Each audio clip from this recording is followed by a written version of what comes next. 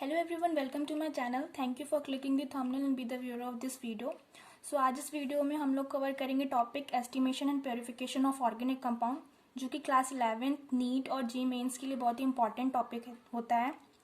सो इसमें हम दो चीज़ के बारे में पढ़ते हैं, that is qualitative analysis and quantitative analysis. Qualitative analysis means किसी ऑर्गेनिक कंपाउंड में कौन सा एलिमेंट प्रेजेंट है उसकी क्वालिटी का पता करना, which is known as qualitative analysis. और वही एलिमेंट कितना प्रेजेंट है, उसकी क्या क्वांटिटी है, क्या परसेंटेज है, कितना अमाउंट में प्रेजेंट है, हाउ मच, उसको हम बोलते हैं क्वांटिटेटिव एनालिसिस. तो सबसे पहले हम पढ़ेंगे क्वालिटेटिव एनालिसिस. मेरे साथ साथ आप लोग भी नोट्स बनाते जाइएगा. तो क्वालिटेटिव एनालिसिस में सबसे पहले हम कार्बन और हाइड्रोजन के एनालिसिस को ही पढ़ लेते हैं, बिकॉज ऑर्गेनिक कंपाउंड का मतलब ही होता है उसमें कार्बन और हाइड्रोजन का प्रेजेंस होना. कोई ऑर्गेनिक कंपाउंड तभी ऑर्गेनिक कहलाता है जब उसमें कार्बन प्रेजेंट होगा. अगर कार्बन नहीं है तो वो ऑर्गेनिक नहीं है. तो कार्बन है या नहीं है इसका पता करने के लिए हम सबसे पहले पढ़ेंगे detection of carbon and hydrogen.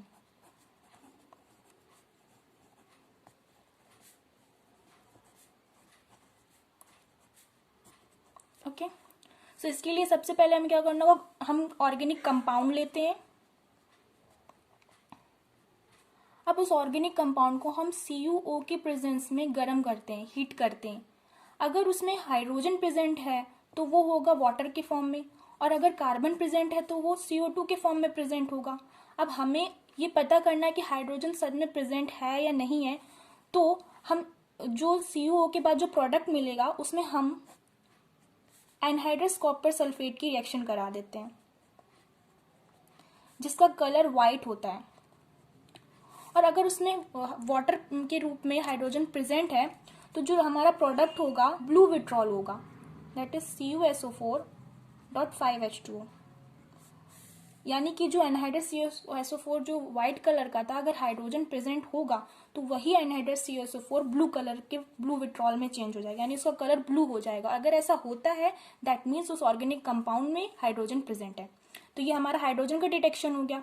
अब कार्बन प्रेजेंट है कि नहीं इसके डिटेक्शन के लिए हम क्या करते हैं, इसका लाइम वाटर के साथ रिएक्शन कराते हैं, दैट इज CaOH का होल ट्वाइस. इसको हम लाइम वाटर बोलते हैं. ऐसा कराने से CO2 के साथ जब लाइम वाटर की रिएक्शन होती है तो ये कैल्शियम कार्बोनेट के प्रेसिपिटेट में बदल जाता है, जिसका मिल्की प्रेसिपिटेट मिलता है. ओके, वापस से CO2 और वाटर से रिएक्शन कराने में ये कैल्शियम बाइकार्बोनेट में चेंज हो जाता है, जिसका मिल्की कलर डिसअपियर हो जाता है.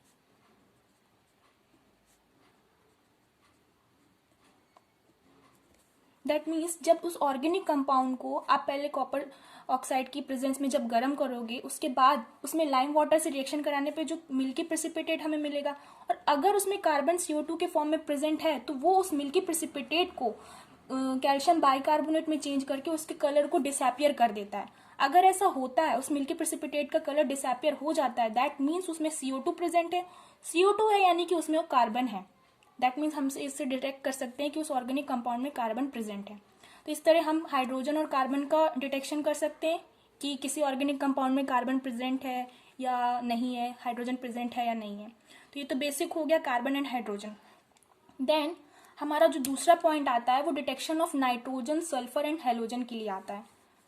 तो सेकेंड पॉइंट हमारा होगा detection of nitrogen, sulphur and halogen. इन तीनों के लिए एक सिमिलर टेस्ट होता है जो कि बहुत ही फेमस टेस्ट है, जिसको हम लेसिग्ने टेस्ट बोलते हैं. ये बहुत ही फेमस टेस्ट है, सबने इसका नाम सुना भी होगा. तो इस लेसिग्ने टेस्ट से हम कैसे टेस्ट कर पाते हैं कि उसमें नाइट्रोजन, सल्फर या हेलोजन प्रेजेंट है कि नहीं. तो सबसे पहले क्या करते हैं ना, हम ऑर्गेनिक कंपाउंड लेते हैं, उसमें हम सोडियम मेटल के साथ रिएक्शन कराते हैं. सोडियम मेटल फर्स्ट ग्रुप का एलिमेंट होता है. इससे हम रिएक्शन कराते हैं तो हमको अगर नाइट्रोजन प्रेजेंट है तो ऑर्गेनिक कंपाउंड और सोडियम के साथ रिएक्ट करके वो NaCN बना लेगा. ओके, अगर सल्फाइड प्रेजेंट है यानी सल्फर प्रेजेंट है तो वो Na2S बना लेगा. और अगर हेलोजन प्रेजेंट है तो वो NaX बना लेगा, यानी कि इन तीनों में से जो भी प्रेजेंट होगा वो उस हिसाब से अपना प्रोडक्ट देगा। और ये प्रोडक्ट जब ऑर्गेनिक कंपाउंड में सोडियम मेटल के साथ रिएक्शन करा के जो हमें मिलता है, इसको हम लेसिग्ने एक्सट्रैक्ट बोलते हैं। लेसिग्ने एक्सट्रैक्ट, ओके। हाँ, इसमें कुछ इंपॉर्टेंट पॉइंट्स भी हैं। अभी मैंने बोला कि जो ये यहाँ पे सोडियम होता है वो फर्स्ट ए ग्रुप का मेटल है, मतलब एलिमेंट है, राइट। तो यहाँ पे मैंने सोडियम को ही क्यों लिया, और जो फर्स्ट ए ग्रुप के element lithium, potassium, rubidium, caesium, इनको क्यों नहीं लिया? ये इसलिए नहीं लिया, इसका ये पॉइंट है क्योंकि जो लिथियम होता है वो कोवेलेंट होता है और हमें आयनिक चाहिए, दैट इज सोडियम। बाकी पोटेशियम, रुबीडियम, सीजियम, इनको क्यों नहीं लिया? इनको इसलिए नहीं लिया क्योंकि ये हाईली रिएक्टिव होते हैं, दे आर हाईली रिएक्टिव। और हाईली रिएक्टिव होने की वजह से जब ये ऑर्गेनिक कंपाउंड में जब हम ये टेस्ट करते हैं, रिएक्शन कराते हैं लेबोरेटरी में, तो हाईली रिएक्टिव होने की वजह से एक्सप्लोजन होने के चांसेस ज़्यादा होते हैं। कोई नहीं चाहेगा कि उसकी लेबोरेटरी में एक्सप्लोजन हो जाए, इसलिए इन तीनों का यूज़ नहीं करा जाता है, नॉट यूज्ड। इसीलिए सिंपली हम सोडियम का ही यूज़ करते हैं। तो ये पॉइंट क्लियर हो गया होगा। इसके बाद सेकेंड पॉइंट एक और आता है, if sodium is limited then sodium thiocyanate is formed in place of Na2S and NaCN। मतलब कि यहाँ पे जो NaCN और Na2S बना है, ये अलग अलग बना है, अलग अलग सोडियम को लेके बना है। मतलब यहाँ पे जो हमने सोडियम से रिएक्शन कराई थी, ये सोडियम लिमिटेड नहीं था, बहुत सारा सोडियम होगा, तभी कुछ सोडियम नाइट्रोजन लेके NaCN के फॉर्म में चेंज हो गया और कुछ सोडियम सल्फर लेके Na2S के फॉर्म में चेंज हो गया। लेकिन जब वही सोडियम लिमिटेड होगा, तो सल्फर भी अपनी तरफ सोडियम को खींचकर अपना प्रोडक्ट बनाना चाहता होगा और वही नाइट्रोजन भी सोडियम को खींचकर अपनी तरफ अपना प्रोडक्ट बनाना चाहता होगा। तो क्या होगा ना, ये इतना ही सोडियम है, अब ये दोनों ही इससे रिएक्ट करना चाहते हैं, तो ये दोनों अलग अलग अपना प्रोडक्ट ना बनाकर ये सिर्फ एक ही प्रोडक्ट बना लेते हैं, that is NaSCN, that is sodium thiocyanate. इसलिए ये पॉइंट है, if Na is limited then sodium thiocyanate is formed in place of Na2S and NaCN। Hope you understand this point। इसके बाद हमारा जो फर्स्ट डिटेक्शन आता है अब इसमें से नाइट्रोजन का डिटेक्शन कैसे पता करेंगे कि नाइट्रोजन प्रेजेंट है कि नहीं, लेसिग्ने टेस्ट से कैसे पता करेंगे? तो फॉर नाइट्रोजन के लिए हम पहले लेसिग्ने एक्सट्रैक्ट लेते हैं। लेसिग्ने एक्सट्रैक्ट क्या होता है? यही ऑर्गेनिक कंपाउंड में सोडियम मेटल से रिएक्शन करा के जो हमने ये प्रोडक्ट पाए थे, इसी को हम लेसिग्ने एक्सट्रैक्ट बोलेंगे। हम ये लेसिग्ने एक्सट्रैक्ट ले लेंगे लेबोरेटरी में। ये रिएक्शन हम FeSO4 से कराएंगे। ये फ्रेश प्रेसिपिटेट होता है, मतलब फ्रेश प्रेसिपिटेट लेंगे हम FeSO4 का। जब इसकी रिएक्शन हम लेसिग्ने एक्सट्रैक्ट से कराएंगे तो हमको एक प्रोडक्ट मिलता है, दैट इज फेरीफेरोसाइनाइड। इसका फॉर्मूला लर्न करना पड़ेगा, Fe4 FeCN का होल 6। ऑल्दो मैं एक सिंपल ट्रिक बता देती हूँ कि इस फॉर्मूले को कैसे बनाना है। तो यहाँ पे जो ये आयरन होता है ये +3 स्टेट में होता है, तभी इसका नाम है फेरी। और ये अंदर जो ब्रैकेट के अंदर कॉम्प्लेक्स कंपाउंड में जो आयरन है ये होता है +2 स्टेट में, यानी फेरो। और ये साइनाइड, राइट। तो इसमें जो साइनाइड होते हैं ये 6 होते हैं।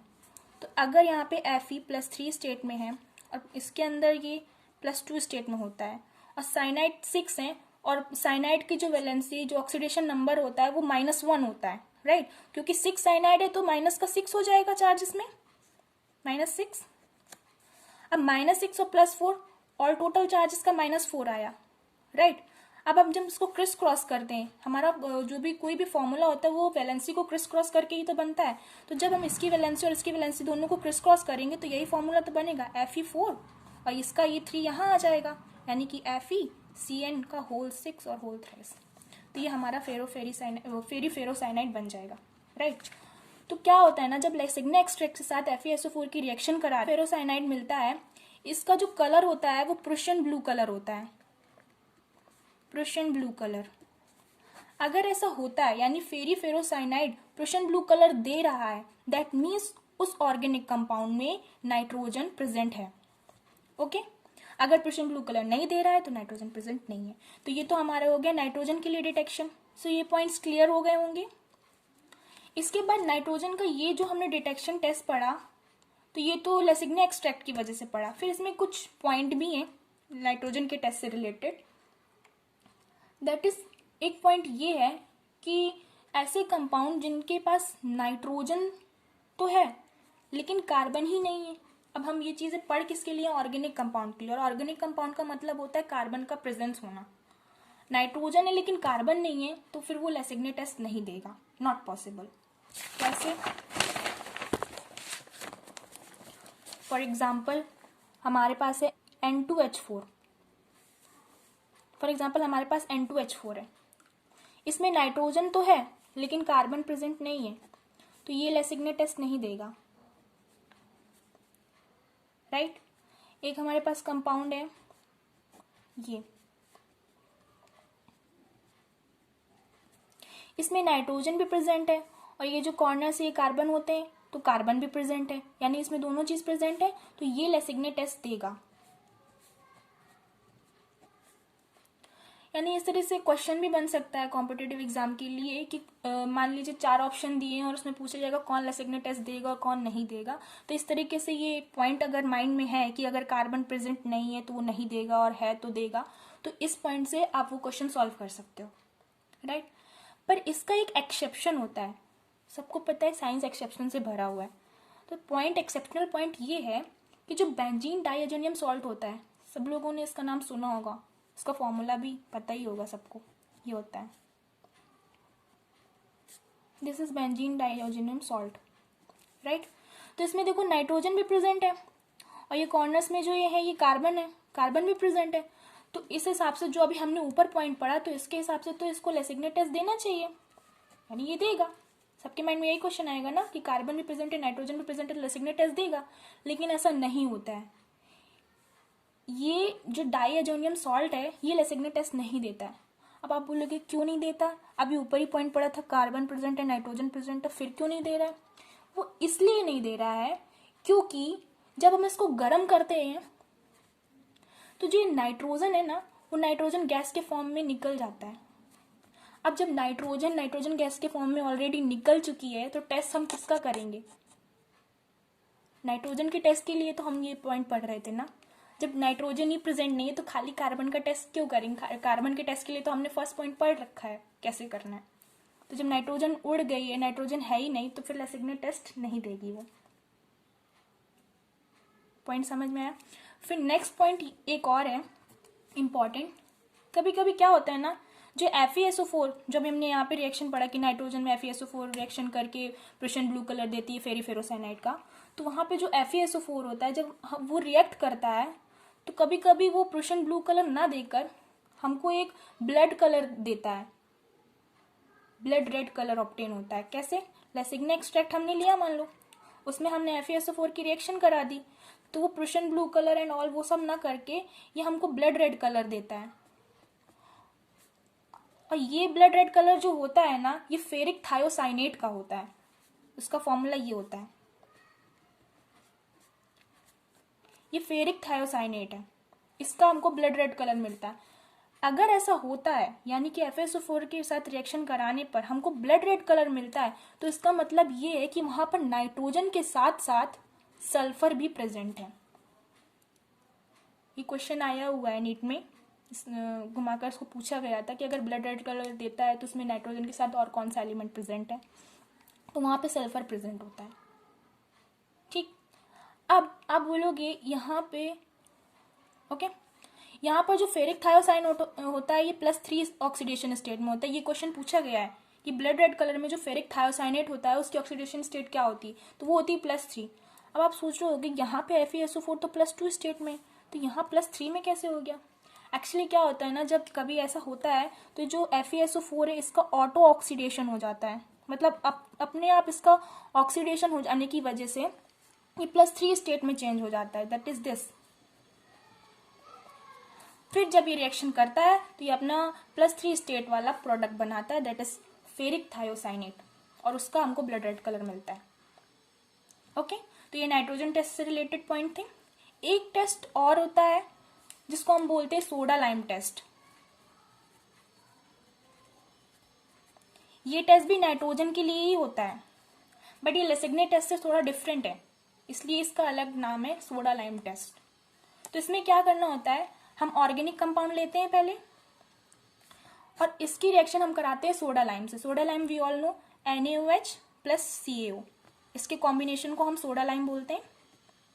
तो जब ये सोडा लाइम से रिएक्शन करता है तो हमको अमोनिया की स्मेल आती है नहीं आती, डिपेंड करता है नाइट्रोजन प्रेजेंट है। अगर ऐसा होता है, इफ हमें अमोनिया की स्मेल आ रही है, दैट मीन्स नाइट्रोजन प्रेजेंट है, और अगर नहीं आ रही है तो नाइट्रोजन प्रेजेंट नहीं है। तो इस सोडा लाइम टेस्ट के थ्रू भी हम नाइट्रोजन का प्रेजेंस और एब्सेंस पता कर सकते हैं। अगर हमें अमोनिया की स्मेल आती है तो नाइट्रोजन प्रेजेंट है, नहीं आती है तो प्रेजेंट नहीं है। ऑलराइट, फिर सेकेंड हमारा डिटेक्शन है सल्फर के लिए। अभी हमने फर्स्ट नाइट्रोजन के लिए पढ़ा लेसिग्ने टेस्ट, अब सल्फर के लिए पढ़ेंगे। तो सल्फर में भी वही होता है क्या कि लेसिग्ने एक्सट्रैक्ट हम पहले लेते हैं। यहाँ पर हम FeSO4 से रिएक्शन नहीं कराते, यहाँ पर हम रिएक्शन कराते हैं सोडियम नाइट्रोप्रोसाइड। अब ये सोडियम नाइट्रोप्रोसाइड क्या होता है, ये सब कोऑर्डिनेशन कंपाउंड है, इनके फॉर्मूले हमको बेसिकली लर्न होने चाहिए। तो इस सोडियम नाइट्रोप्रोसाइड का फॉर्मूला होता है Na2 bracket FeCN6NO। Sodium nitroprusside, यहाँ पे जो आयरन है ये +2 स्टेट में होता है, ठीक। FeCN6NO। जब ये लेसिग्ने एक्सट्रैक्ट इस सोडियम नाइट्रोप्रोसाइड से रिएक्ट करता है तो हमको सोडियम थायोनाइट्रोप्रोसाइड मिलता है। सोडियम थायो मीन्स होता है सल्फर, ओके। तो यानी कि इसमें हम फॉर्मूले में ऐसा अगर यहाँ पे लगा दें तो ये सोडियम थायोनाइट्रोप्रोसाइड में चेंज हो जाएगा। कैसे, ये पूरा फॉर्मूला आप वही सेम रखिए, FeCN6NOS, राइट। तो अगर ये फॉर्मूला याद है तो ये फॉर्मूला अपने आप बन जाएगा, ऑलराइट। लेकिन अभी यहाँ पे देखिए, यहाँ पे सल्फर ऐड हो गया, सल्फर यानी सल्फाइड, एक तरीके से -2 चार्ज एक्स्ट्रा आ गया। तो इस -2 को बैलेंस करने के लिए हमको +2 चार्ज और चाहिए होगा, और सोडियम की ऑक्सीडेशन होती है +1, यानी हम 2 सोडियम और ऐड कर दे तो +2 भी ऐड हो जाएगा, और ये +2 इस -2 को न्यूट्रलाइज कर देगा, क्योंकि कंपाउंड तो बनता ही है ना क्रिस क्रॉस और न्यूट्रलाइज करने पर, राइट। तो इसकी वैलेंसी को सेटिस्फाइड करने के लिए हम यहाँ पर 2 सोडियम और कर देंगे। तो इसके फॉर्मूले में बस यही थोड़ा सा चेंज आता है, यहाँ पे Na2 ना होकर Na4 हो जाता है। इसको हम बोलते हैं सोडियम थायोनाइट्रोप्रोसाइड। इसका फॉर्मूला लिख लीजिए और नेम भी लिख लीजिए। और इस थायोनाइट्रोप्रोसाइड का जो कलर होता है वो वायलेट होता है। और अगर ऐसा होता है लेसिग्ने एक्सट्रैक्ट के साथ, अगर सोडियम नाइट्रोप्रोसाइड रिएक्ट करके थायोनाइट्रोप्रोसाइड का वायलेट कलर दे रहा है, दैट मीन्स उसमें सल्फर प्रेजेंट है, और अगर नहीं दे रहा है वायलेट कलर तो सल्फर प्रेजेंट नहीं है। इसके लिए एक छोटा सा अलग से भी टेस्ट होता है कि लेसिग्ने एक्सट्रैक्ट में हम कभी कभी लेड एसीटेट से भी रिएक्शन करा देते हैं, इसको हम लेड एसीटेट बोलते हैं। इस लेड एसीटेट से रिएक्शन कराने पर अगर हमें लेड सल्फाइड का यानी PbS का ब्लैक प्रेसिपिटेट मिल रहा है तो भी सल्फर प्रेजेंट है। तो एक तो ये तरीका हो गया पता करने का, दूसरा ये तरीका हो गया पता करने का, ऑलराइट। तो अभी हमने नाइट्रोजन और सल्फर 2 के बारे में पढ़ लिया लेसिग्ने टेस्ट। अब हमारा थर्ड पॉइंट क्या बचा, हेलोजन। हेलोजन के लिए क्वालिटेटिव एनालिसिस हमको पढ़ना है। तो इसमें क्या होता है, हम लेसिग्ने एक्सट्रैक्ट लेते हैं, प्लस इसमें हम दो चीज़ों के साथ रिएक्शन कराते हैं। एक तो हमारा हो गया डाइल्यूट HNO3, दूसरा हो जाता है AgNO3, ठीक है। अब यहाँ पर जो प्रोडक्ट बनता है वो बनता है AgX। यहाँ पर जो X है वो हेलोजन है, इसका प्रेसिपिटेट बनता है। तो आप बोलोगे ये जो AgX बना है ये तो सिंपली इसके साथ रिएक्ट करके बना है, तो यहाँ पर इसका क्या यूज़ है, यानी डाइल्यूट HNO3 यहाँ पे क्या काम करता है। अभी मैंने बोला था जब स्टार्टिंग में मैंने सोडियम के साथ रिएक्शन करा के लेसिग्ने एक्सट्रैक्ट निकाला था, तो वहाँ पे लेसिग्ने एक्सट्रैक्ट में 3 चीज़ें प्रेजेंट थी, Na2S, NaCN और NaX। और हम क्योंकि हेलोजन का टेस्ट करें तो हमें सिर्फ NaX से मतलब है, इन दोनों से मतलब नहीं है। लेकिन लेसिग्ने एक्सट्रैक्ट में तो ये दोनों भी आए हैं, तो इसका काम यही होता है कि बस यूज होता है to remove NaCN and Na2S as a volatile hydride. ये क्या करता है, इन दोनों को उनके वॉलेटाइल हाइड्राइड के रूप में अलग कर देता है, CN को HCN के रूप में और S को HS के रूप में, H2S के रूप में। ऑलराइट, इसका ये काम होता है। बाकी ये रिएक्ट करके अपना ये प्रोडक्ट देगा। फिर अब इससे हम कैसे हेलोजन का डिटेक्शन करेंगे, क्योंकि हमारे पास 4 हेलोजन होते हैं, फ्लोरीन, क्लोरीन, ब्रोमीन, आयोडीन, लेकिन ये सिर्फ 3 का टेस्ट देता है। ये देगा AgCl, AgBr और AgI। अब कैसे पता करेंगे कि वो AgCl है कि AgBr है, यानी कि वो क्लोरीन है कि ब्रोमीन है कि आयोडीन है, कौन सा हेलोजन है? तो अगर हमको वाइट प्रेसिपिटेट मिलता है इस AgX का, वाइट प्रेसिपिटेट, यानी वो क्लोरीन है। अगर वाइट प्रेसिपिटेट मिलता है तो क्लोरीन प्रेजेंट है। अगर येलो प्रेसिपिटेट मिलता है तो ब्रोमीन प्रेजेंट है। और अगर डार्क येलो प्रेसिपिटेट मिलता है, कलर में तो डिफ्रेंशिएट कर सकते हैं, अगर डार्क येलो प्रेसिपिटेट मिलता है तो फिर आयोडीन प्रेजेंट है। तो हमने 3 हेलोजन का डिटेक्शन तो कर लिया, लेकिन फ्लोरीन भी तो हेलोजन होता है। अब आप बोलोगे फ्लोरीन का आपने बताया ही नहीं। एक्चुअली क्या होता है ना, जो फ्लोरीन होता है वो लेसेग्ने टेस्ट के लिए रिस्पॉन्ड ही नहीं करता। क्यों नहीं करता? क्योंकि वो जब यहाँ पे AgX यानी AgF बनाएगा अगर फ्लोरीन, तो वो आयनिक होता है, और आयनिक होने की वजह से वो वाटर सॉल्युबल हो जाता है। तो जब हम टेस्ट कर रहे होते हैं लैब में, तो वाटर सॉल्युबल हो जाने की वजह से वो वाटर में घुल जाता है, और वाटर में मिल जाएगा तो वाटर तो क्योंकि न्यूट्रल होता है, कोई कलर ही नहीं है उसका, तो जब वो वाटर में मिल जाएगा, यानी बोलते हैं पानी मिल के पानी पानी हो जाता है, तो जब वाटर में मिल गया उसका कोई कलर ही नहीं है, तो हम कैसे पता कर पाएंगे उसमें फ्लोरीन है या नहीं? इसलिए हम इसका डिटेक्शन कर ही नहीं पाते, तो हम बोल देते हैं कि ये लेसेग्ने टेस्ट देता ही नहीं है। ऑलराइट, तो ये हेलोजन के लिए टेस्ट हो गया। फिर हेलोजन के लिए एक और फेमस टेस्ट होता है, that is layer test for bromine and iodine, जो स्पेसिफिकली ब्रोमीन और आयोडीन के लिए ही होता है। अब क्या होता है उस लेयर टेस्ट में, पता करते हैं। Bromine and iodine, alright. इस लेयर टेस्ट में एक्चुअली होता क्या है ना, हम एक बीकर लेते हैं और इसमें 2 लेयर मेंटेन करके रखते हैं, जिसमें जो अपर लेयर होती है वो नॉन वॉलेटाइल CCl4 की होती है, और जो नीचे की लेयर होती है वहाँ पे हम लेसिग्ने एक्सट्रैक्ट लेते हैं प्लस क्लोरीन वाटर ले लेते हैं। और क्लोरीन वाटर सबको पता है एक ऑक्सीडाइजिंग एजेंट की तरह काम करता है, राइट।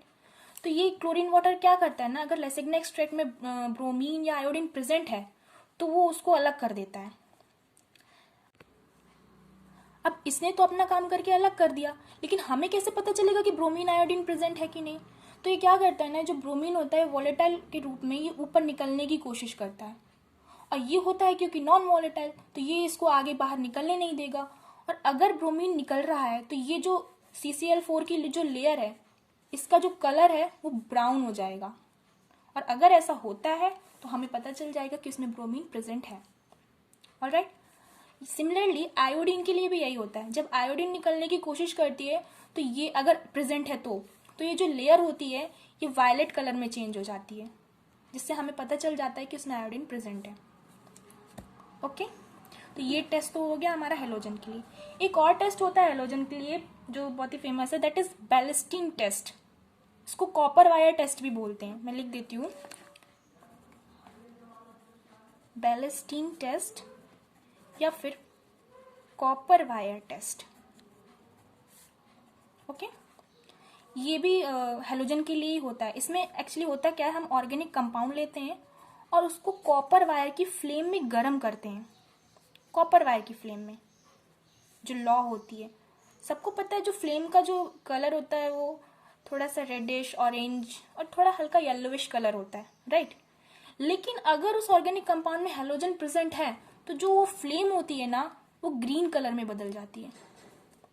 अब फ्लेम का ग्रीन कलर तो होता नहीं है, लेकिन यहाँ पर हेलोजन की वजह से हो रहा है। अगर कंपाउंड में हेलोजन प्रेजेंट है तो वो ग्रीन कलर में चेंज हो जाएगी, और अगर ऐसा होता है तो हमको पता चल जाएगा कि वहाँ ज़रूर कोई ना कोई हेलोजन प्रेजेंट है। लेकिन इसका एक ड्रॉबैक होता है, ये 100% रिलेबल टेस्ट नहीं है, इसलिए जल्दी इसका यूज़ नहीं करते हैं इस टेस्ट को करने के लिए, हेलोजन के प्रेजेंस को चेक करने के लिए। क्यों?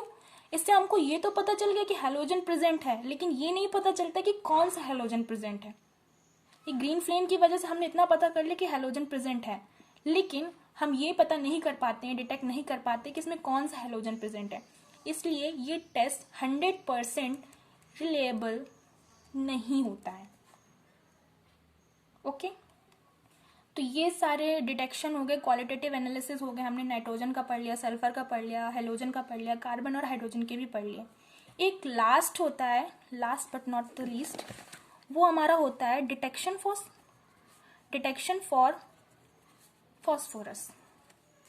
इसमें क्या होता है, हम ऑर्गेनिक कंपाउंड लेते हैं, ठीक, इसमें हम 4 चीजों की प्रेजेंस रखते हैं। अब वो 4 चीजें क्या हैं? फर्स्ट नंबर है हम अमोनियम मॉलिबिडेट। अमोनियम मॉलिबिडेट यानी कि NH4 का whole twice MO capital O4, okay, ये होता है हमारा अमोनियम मॉलिबिडेट। दूसरा हम लेते हैं फ्यूजन मिक्सचर। अब फ्यूजन मिक्सचर है यानी कि मिक्सचर होगा, 2 चीजें तो होंगी एटलीस्ट।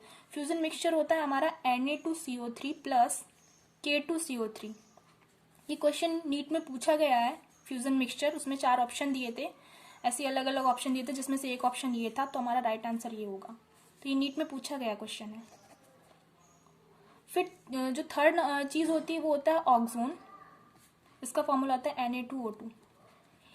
ये क्वेश्चन पूछा गया है नीट में कि जो ऑक्सोन होता है, जो हम ऑक्सोन का यूज करते हैं फॉर डिटेक्शन ऑफ फॉस्फोरस, वो किस तरह काम करता है। ऑप्शन थे oxidising agent, reducing agent, both, none. तो हमारा आंसर था ऑक्सीडाइजिंग एजेंट। यहाँ पे जो ये ऑक्सोन होता है वो ऑक्सीडाइजिंग एजेंट की तरह काम करता है और ये क्वेश्चन पूछा गया है। और चौथा जो हमारा होता है वो कंसंट्रेट HNO3। तो ये 4 चीजें फॉस्फोरस के डिटेक्शन के लिए जरूरी होती हैं, इनके बिना आप डिटेक्ट नहीं कर सकते। फिर कैसे पता चलेगा फॉस्फोरस है कि नहीं? तो जो फाइनल प्रोडक्ट मिलता है वो हमें मिलता है अमोनियम फॉस्फोमोलिबिडेट। मैं नाम लिख देती हूँ, अमोनियम फॉस्फोमोलिबिडेट, ओके। तो ये जो अमोनियम फॉस्फोमोलिबिडेट होता है, इसका जो फॉर्मूला होता है वो ये होता है, ये भी लिख लीजिए, NH4 का होल थ्राइस PO4.12MOO3, ठीक है। तो इसका जो कलर आता है वो कैनरी येलो कलर आता है। तो इससे हमें पता चल जाता है अगर उसका प्रोडक्ट जो अमोनियम फॉस्फोमोलिबिडेट बना है उसका कलर अगर कैनरी येलो आ रहा है, मतलब कि वहां पर जो ऑर्गेनिक कंपाउंड है उसमें फॉस्फोरस प्रेजेंट है। अगर ऐसा नहीं हो रहा है, कलर नहीं दे रहा है, कोई कंपाउंड नहीं दे रहा है, तो उसमें फॉस्फोरस प्रेजेंट नहीं है। तो इससे हम फॉस्फोरस का डिटेक्शन भी कर सकते हैं।